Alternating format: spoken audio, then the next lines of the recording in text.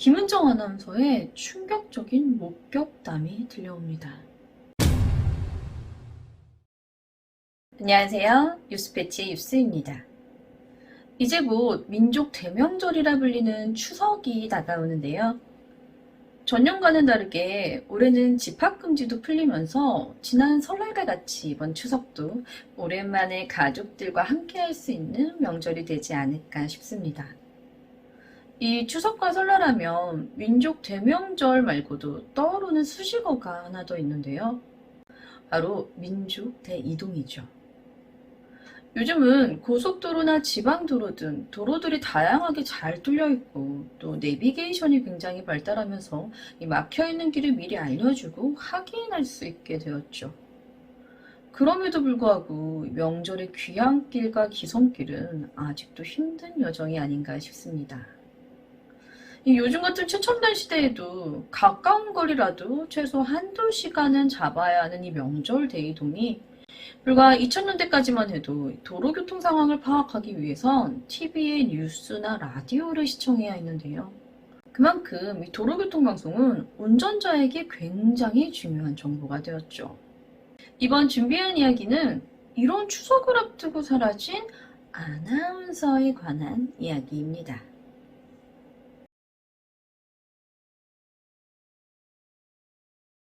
우리나라에 교통방송 전문 채널이 있어요. 1989년에 개국한 TBS라는 곳인데요. 이것이 교통방송 전문이다 보니까 평소 때에는 시청률이 그렇게 높은 편은 아니지만 공휴일 때, 특히 설날과 추석 때는 거의 모든 사람들이 TBS 방송에 주목하게 되죠. 그리고 이 TBS는 이런 날이면 특별 생방송을 편성해서 귀향길, 귀성길 운전자들에게 교통정보 등을 제공하는데요. 때는 1991년 교통방송국 TBS는 추석 당일인 9월 22일 일요일 연회처럼 특별 생방송을 편성했어요. 새벽 5시부터 시작될 이 생방송의 진행은 당시 TBS의 간판 아나운서였던 김은정 아나운서가 맡기로 되어 있었죠. 이 김은정 아나운서 같은 경우는 원래 KBS의 아나운서였는데 1989년에 TBS가 개국하면서 이곳으로 이직을 한 아나운서예요. 김은정 아나운서 같은 경우는 TBS 내에서도 가장 성실한 아나운서로 손꼽히던 사람이었고 단 한 번도 방송을 펑크낸 적이 없는 아나운서였습니다. 굉장히 베테랑이었던 만큼 그녀의 진행은 매끄러웠고 TBS의 간판 프로그램인 TBS와 함께 진행을 맡으며 매일 아침 6시 5분 안녕하십니까 TBS와 함께 김은정입니다 라는 경쾌한 목소리로 인사를 전했죠. 그런 그녀였기에 이번 추석 특집 방송 역시 그녀가 진행을 맡았고 그 어느 누구도 이 특집 방송 진행에 대해 걱정하는 사람은 없었습니다. 그런데 당일 생방송이 시작할 시간이 다 돼가는데 정작 진행자인 김은정 아나운서가 아무런 연락도 하지 않은 채 출근을 하지 않은 겁니다. 마음이 급해진 스태프들은 그녀에게 연락을 취해보지만 전혀 연결이 되지 않습니다. 이때는 휴대폰이란 게 없던 시절이니까 일단 김은정 아나운서가 집에서 나왔으면 방송국 측에선 딱히 김은정 아나운서와 연락할 수 있는 수단이 없었던 거죠. 개국 이래 단 한 번도 이런 적이 없었던 김은정 아나운서였기에 아마 출근을 하는 길에 가벼운 무슨 일이 생겼으려니 생각하고 매우 당황스럽긴 했지만 일단 방송을 위해 새로운 진행자로 대처해 생방송을 진행했고 순조롭게 마치게 됩니다. 방송국에서는 계속해서 그녀에게 연락을 시도했어요. 하지만 이날 1991년 9월 22일 새벽 4시경에 연락을 시도한 이후로 방송국과 연락이 끊겼고 김은정 아나운서는 방송국뿐 아니라 그 누구와도 연락이 되지 않았고 심지어 집에도 돌아오지 않았습니다. 그럼 이 사라진 김은정 아나운서에 대해 조금 알아봐야 할 것 같은데요. 경상북도 영주 출신인 김은정 아나운서는 1956년생으로 의사 집안에서 1남 5녀 중 둘째로 태어났어요. 꽤나 부유하게 살았었는데요. 1978년 이화여대 신문방송학과를 졸업하면서 같은 해 동아방송의 아나운서로 입사합니다. 1979년에 결혼을 했는데 2달 만에 이혼을 하게 되고, 이혼 후 서대문구 창천동에서 혼자 살며 방송활동에 전념했다고 해요. 1984년부터 KBS로 이직해 근무하다가 1989년 이 TBS가 개국하면서 TBS로 다시 이직하며 이곳에서 간판 아나운서로서의 입지를 다졌는데요. 이렇게 쉴 새 없이 성실히 일만 하던 그녀가 돌연 사라지자 가족들은 그냥 너무 갑갑하고 일이 힘드니까 훌쩍 바람 쐬러 연락 없이 떠난 건가? 일시적인 방황인가? 라고 생각을 하고 그냥 기다린 거죠. 하지만 이렇게 연락이 안 된 게 벌써 3일이 지나니까 아니다, 아무래도 이상하다, 이거 무슨 일 생긴 것 같다 라는 생각이 들었고, 실종 3일째 되던 날 경찰에 가출 신고를 하게 됩니다. 이때 가족들은 아무래도 김은정 아나운서가 유명인이다 보니까 경찰에 비공개 수사를 요청했다고 해요. 생방송을 앞두고 호련히 사라져버린 아나운서. 이제 경찰은 그녀를 찾기 위해 그녀의 행적을 쫓아갑니다. 시간은 그녀가 사라지기 전 마지막 목격이 되었던 때로 돌아가 보는데요.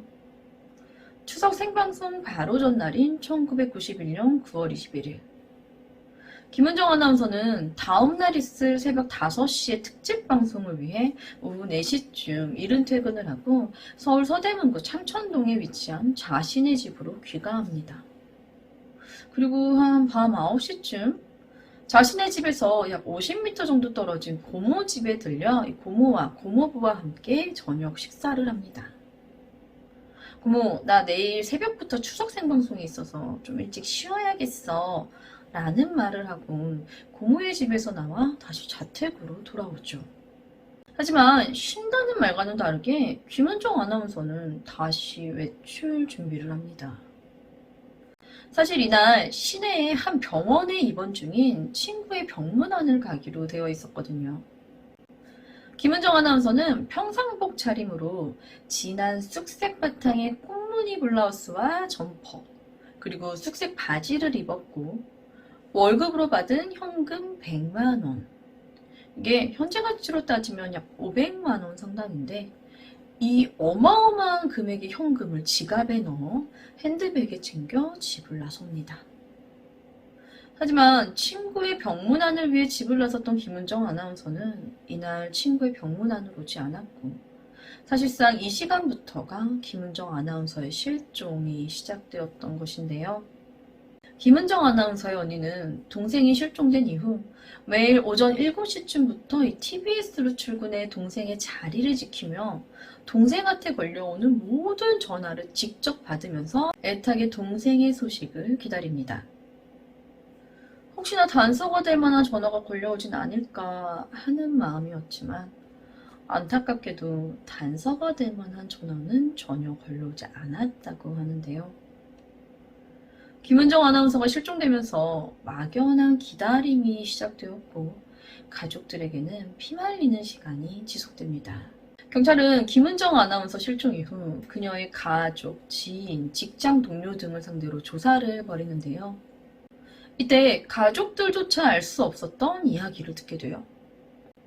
김은정 아나운서가 실종된 해인 1991년 4월 15일에 프로그램 개편이 있었는데, 이 개편 전까지는 교통시대 공동 MC 등 꽤나 비중 있는 프로그램들을 맡아왔다가 개편 이후에는 정규 프로그램 없이 단막 뉴스만 간헐적으로 맡게 되었다는 겁니다.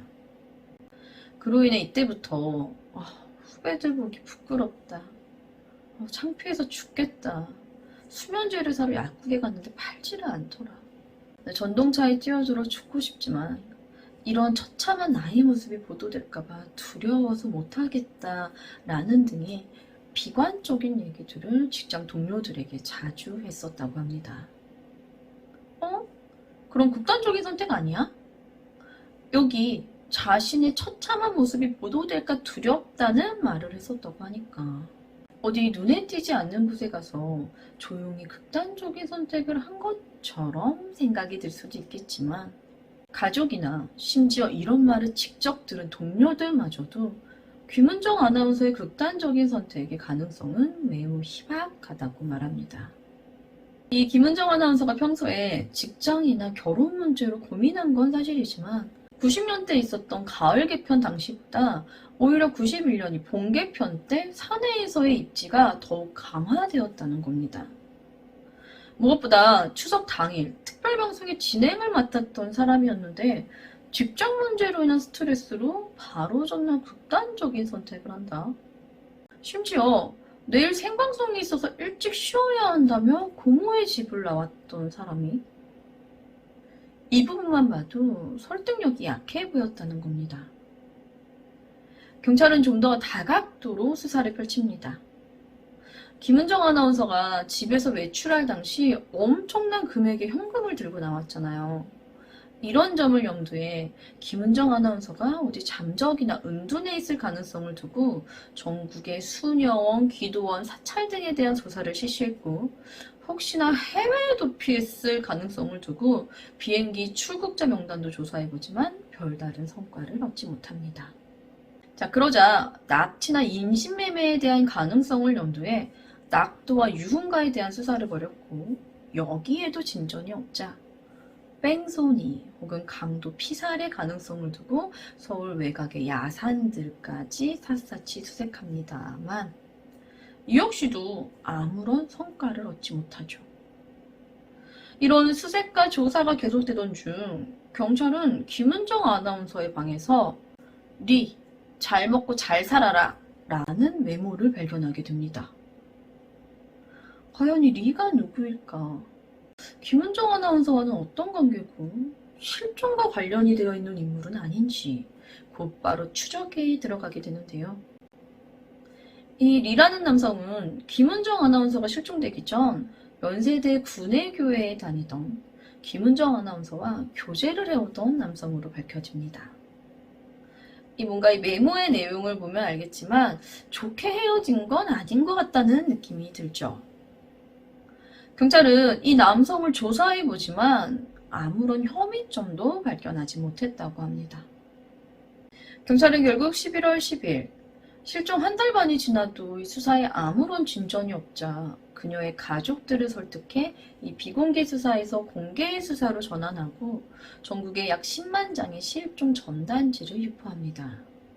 이렇게 김은정 아나운서의 실종 사건이 알려지게 되면서 전국을 떠들썩하게 만들었고 이로 인해 많은 사람들의 관심을 받았지만 아무런 진전이 없이 시간만 흘러가다 대략 2년 후인 1993년 KBS의 프로그램인 공개수배 사건 25시를 통해 이 사건이 다시 한번 알려지게 되었지만 결국 어디에 있는지 모른다라는 결론만 난 채 수사가 종결이 되며 현재까지 김은정 아나운서의 행방은 물론이고 시신조차 발견되지 않은 영구미제 사건으로 남게 되었습니다.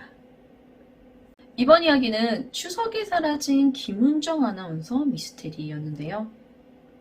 제가 준비한 이야기는 사실상 여기서부터라고 볼 수 있을 것 같아요. 이분이 1956년생이니까 아직까지 만약 살아있다면 현재는 68세 정도가 되었겠네요.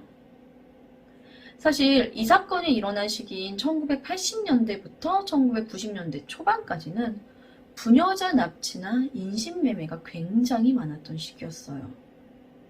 그런 만큼 이 부분을 절대로 배제할 수 없었던 사건이었죠.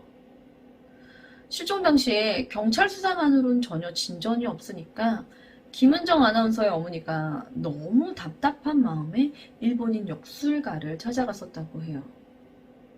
그런데 역술가가 김은정 씨 살아있다 라는 말을 했고 이 말 한마디에 신랄 같은 기대를 걸고 딸의 소식을 계속해서 기다린 거죠. 하지만 30년이 더 지난 지금까지 어떠한 소식도 들리지 않고 있는데요. 2020년 김은정 아나운서의 충격적인 목격담이 들려옵니다.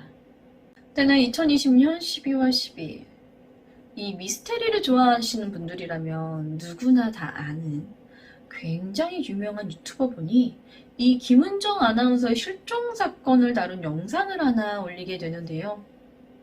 이곳에 놀라운 댓글이 하나 달립니다. 자신이 항해운선 조업 활동을 하는 사람인데 몇 년 전 베트남 꾸이년 통타이 친탄 해안에 한 한국인 여성분을 봤는데 이목구비도 꽤나 비슷하고 연배도 비슷해 보인다는 겁니다. 자, 이 댓글이 달리자 많은 사람들이 반응하죠. 야, 소름 돋는다. 진짜냐? 야, 뭐 그 사람하고 말은 해봤냐? 등등. 그런데 여기에 어떤 댓글이 달리냐면 자신이 직접 이 지역 검색해보니 정말로 대나무가 빽빽하더라. 뭐 이런 내용의 댓글들이 달리는 겁니다. 이 댓글 하나가 엄청난 이슈가 되자 이 글에 해당 작성자가 다시 한번 댓글을 다는데요. 대충 요약하자면 장기간 항해 운항을 하고 나서 이쪽에 임시 항구 마을이 있는데 그곳에서 자신에게 회죽이라고 하던 그 지방의 음식을 내다 주시던 여성분이 계셨는데 아무리 중국인, 일본인, 한국인이 다 비슷비슷하게 생겨도 각각 보면 이 사람 중국 사람이다, 이 사람 일본 사람 이런 특징들이 있듯이 이 여성분은 단번에 한국 사람이라고 생각이 들었다는 거예요. 예상치 못한 그 또 외국에 한국 여성분이 있었으니 당연히 눈에 띄었고 아직까지도 기억에 남아 있었는데 이 유튜버분의 방송을 보니 그분의 인상착의 그리고 연배가 비슷한 것 같아 댓글을 남겼다는 겁니다. 그리고 이후 남긴 또 하나의 댓글. 한국인 느낌의 이목구비는 닮으셨던 것 같지만 베트남에서 본 여성분은 얼굴에 검붉은 흉터가 있으셨다며 아마 다른 분이실 수도 있을 것 같다는 겁니다. 자, 이 댓글이 왜 이슈가 되었느냐? 정말 이분 말대로 그냥 다른 사람을 착각한 거일 수도 있었잖아요. 이 김은정 아나운서 실종 사건은 미제 사건으로 끝나면서 한국의 실종 미스테리 중 하나로 손꼽히게 되는데요. 그러다 보니 유튜버 분들도 많이 다뤘던 이야기이죠. 한 무속인 유튜버 분이 이 사건을 다룬 적이 있었는데 무속인 분답게 김은정 아나운서의 행방을 점쳐주는 내용이 함께 나와요. 이게 올라갔을 그 당시에는 많이 이슈가 되진 않았어요. 그런데 이 댓글 하나로 이분까지 함께 이슈가 된 건데요. 자, 이분의 내용을 정말 간단하게 요약할게요. 김은정 아나운서는 살아있고 햇볕이 잘 드는 해외에 있다. 그런데 햇볕은 잘 드는 곳이지만 갇혀있다. 답답할 정도의 담이 둘러져 있는 곳에 갇혀있는데 이 담이 벽돌담 같은 담이 아니라 대나무인지 야자수인지 좀 그런 빽빽한 나무들로 한쪽 면이 채워져 있는 그런 모습이 보였고 현재로서는 돌아오고 싶어도 돌아올 수도 없는 상황인 것 같다. 너무 오랜 시간 범죄에 노출되어 무기력해 보인다. 몸은 건강해 보이는데 정신이 건강해 보이지는 않아 보이고. 자, 이제 여기서 중요한 얘기가 나오죠. 키가 작고 머리색이 백발로 변하지는 않았고 니트 같은 옷을 입은 모습이 보이는데 얼굴에 까만 흉터가 생겨 있다고 합니다. 자, 아까 댓글에서 마지막 글에 그분 얼굴에 검붉은 흉터가 있다. 내가 잘못 본 걸 수도 있겠다 라는 글이 있었잖아요. 자, 그러면서 이걸 본 많은 사람들이 SNS 및 각종 인터넷에 이 사실을 알렸고 심지어 몇몇 사람들은 TV 프로그램들에 제보하기까지 합니다만 아직까지 이 내용을 다룬 프로그램들이 하나도 나오지 않으면서 추석 방송을 앞두고 사라진 김은정 아나운서가 어쩌면 베트남에서 살아있는 게 아니냐는 의혹들이 커가고 있는데요. 사실 이 글도 글쓴이의 주작이 아니냐는 말이 많아요. 뭐냐면 그 유명 유튜버분이 이 사건을 다룬 건 2020년 12월 12일이었고 댓글은 당연히 그 이후에 달렸겠죠. 그런데 이 무속인 유튜버분이 이 사건을 다룬 건 이보다 9개월 앞선 2020년 3월 5일이었다는 겁니다. 그러니까 이 영상을 먼저 보고 충분히 만들어낼 수 있는 이야기들이었다는 거죠.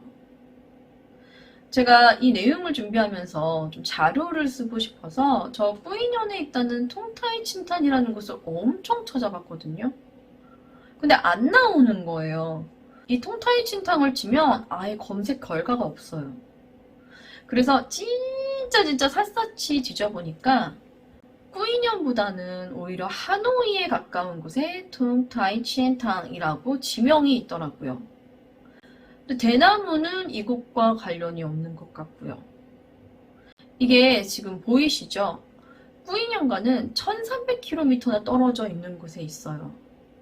꾸이년이라는 곳은 오히려 나트랑이랑 더 가까워요. 만약에 저 댓글 내용이 사실이고 글 쓴 분이 단순히 지명을 헷갈렸던 거라면 아마도 꾸이년에서 유명한 해안이 하나 있는데 퀸즈 비치라고 여기 근처의 해안마을 정도이지 않을까 싶습니다. 이 목격담에 대한 진실은 알 수 없는 거니까요. 1991년 추석 특집 방송을 앞두고 사라진 김은정 아나운서. 그녀의 소식이 아무것도 들리지 않은 채 벌써 30여 년의 세월이 흘렀는데요.